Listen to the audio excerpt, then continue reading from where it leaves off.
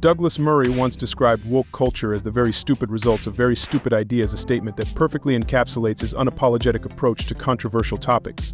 His razor-sharp critiques and fearless dismantling of identity politics have cemented his place as a formidable force in modern discourse. Let's dive into how he's redefining the cultural conversation. Douglas Murray's ability to cut through ideological noise was on full display during a debate centered around non-binary identities. When pop icon Sam Smith declared themselves non-binary, the media erupted with celebration and unquestioning support.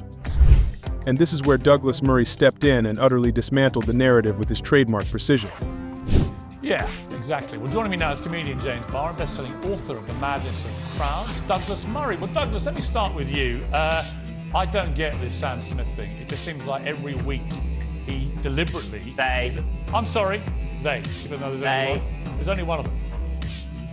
Why is Sam Smith they? No, please do address Douglas first, but I just need to correct you if you're misgender. That's how they identify themselves. Why is one person they? Because that's how they identify. Why have I got to go along with it? Because they've asked you to. So what? No one's asked me to. Even the Pope respects people's pronouns now. I don't have to respect anybody's pronouns. Well, that's fine as long as that's your decision. My pronoun is hottest man in the world. Yeah, well, I'm happy to call you that. Well, go on then. Some may disagree, but yeah, if that's what you are, then cool, I will address you as the hottest man in the world. Douglas, let's come back to you. You don't have to call me the hottest man in the world, even if you're thinking it. Sam Smith. To me, he's just on an ever-deteriorating campaign to be as vulgar and offensive as he possibly can. Am I missing something? He's doing what pop stars have done for decades, which is trying to shock as a means to get publicity. And of course, it's pretty successful. I mean, we're talking about him at the moment. But it's striking that it's sort of very unoriginal. I mean, all the stuff he's doing, the sort of over-sexualized stuff, the sort of satanic stuff. Madonna did this 40 years ago. Pop stars have done this and more for decades now. I think the only thing that Sam Smith has got sort of going for him on this, and the thing that actually is making people notice him on this, is that first of all, he keeps sort of throwing these bollards in the way of everyone by changing his alleged gender all the time. He came out some years ago as he came out many years ago as gay, and then he said he was actually gender queer, and then he said he was non-binary, and he said he didn't know what it meant. Of course he didn't, because there's no such thing.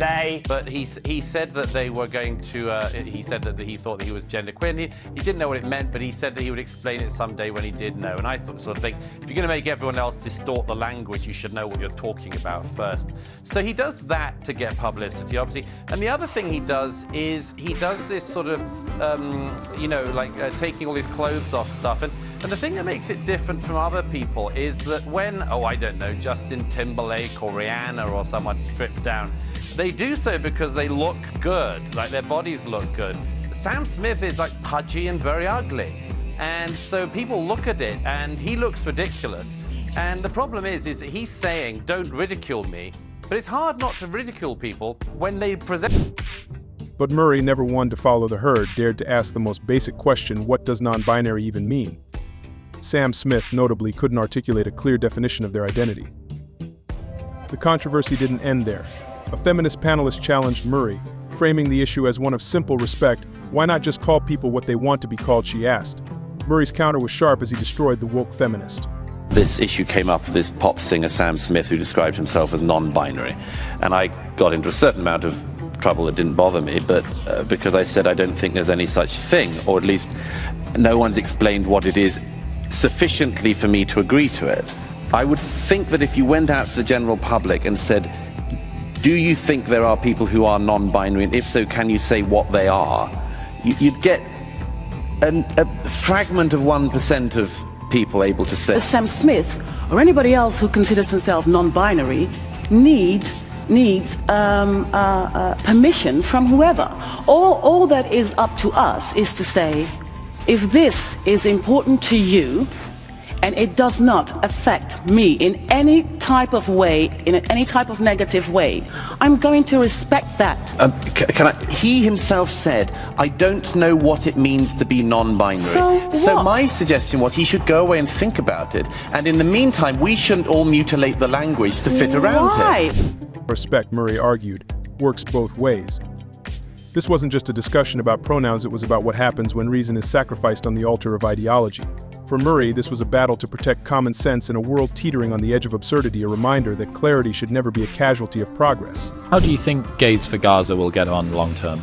Well, the joke at the moment is that there aren't enough tall buildings in Gaza to throw Gays for Gaza off. These people are, I've said very often, they're part of the same phenomenon as turkeys for Christmas and chickens for KFC. I'm fed up with these fringe idiot cases. They're so mentally defective, these people, and incredibly narcissistic. I can be queer and also celebrate Palestine. No, you can't. Cough. I can both argue for a two-state solution and also celebrate queerness and also not let myself down. No, you can't. No, you can't. You can't do all those things. At some point, you've got to choose. The name might sound like a harmless gesture of support, but Murray peeled back the layers to reveal a darker reality. In many places, LGBTQ individuals endure unimaginable persecution, and aligning with causes that perpetuate such hostility feels, at best, misguided. One of Murray's most scathing critiques has been directed at the phenomenon of limitless self-identity. Picture this: children in classrooms identifying as animals and expecting to be treated as such. And this is how he chose to respond, calling it the very stupid results of a very stupid ideology being rolled out by very stupid people. This stuff reads like a joke, but it's really not funny when you get into the weeds of it. This is limitless self-identity gone bonkers. Yeah, it's the very stupid results of a very stupid ideology being rolled out by very stupid people.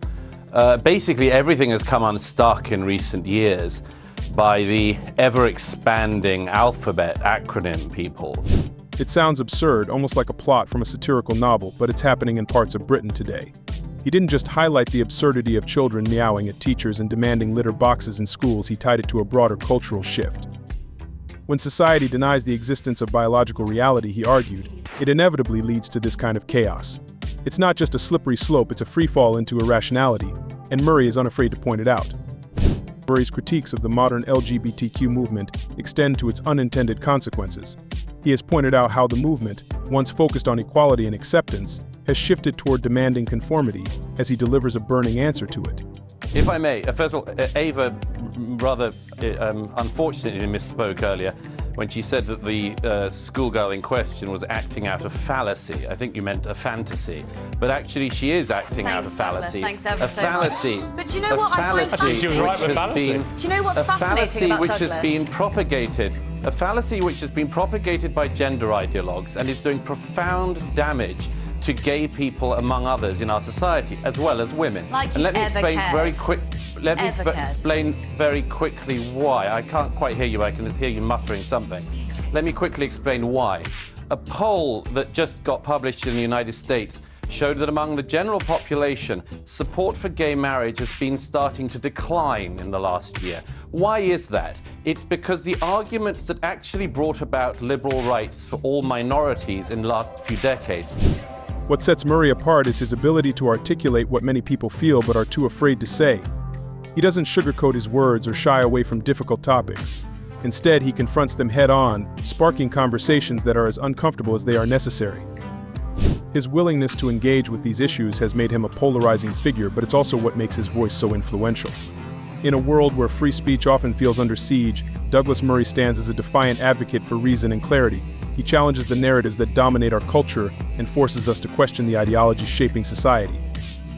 Whether you agree with him or not, his impact on modern discourse is undeniable. So what do you think? Is Douglas Murray the truth teller society needs, or is he taking things too far? If Douglas Murray's fearless takedowns got you thinking, make sure to like, share, and subscribe for more fiery debates and unapologetic truths. Don't miss the chance to be part of the conversation shaping the world.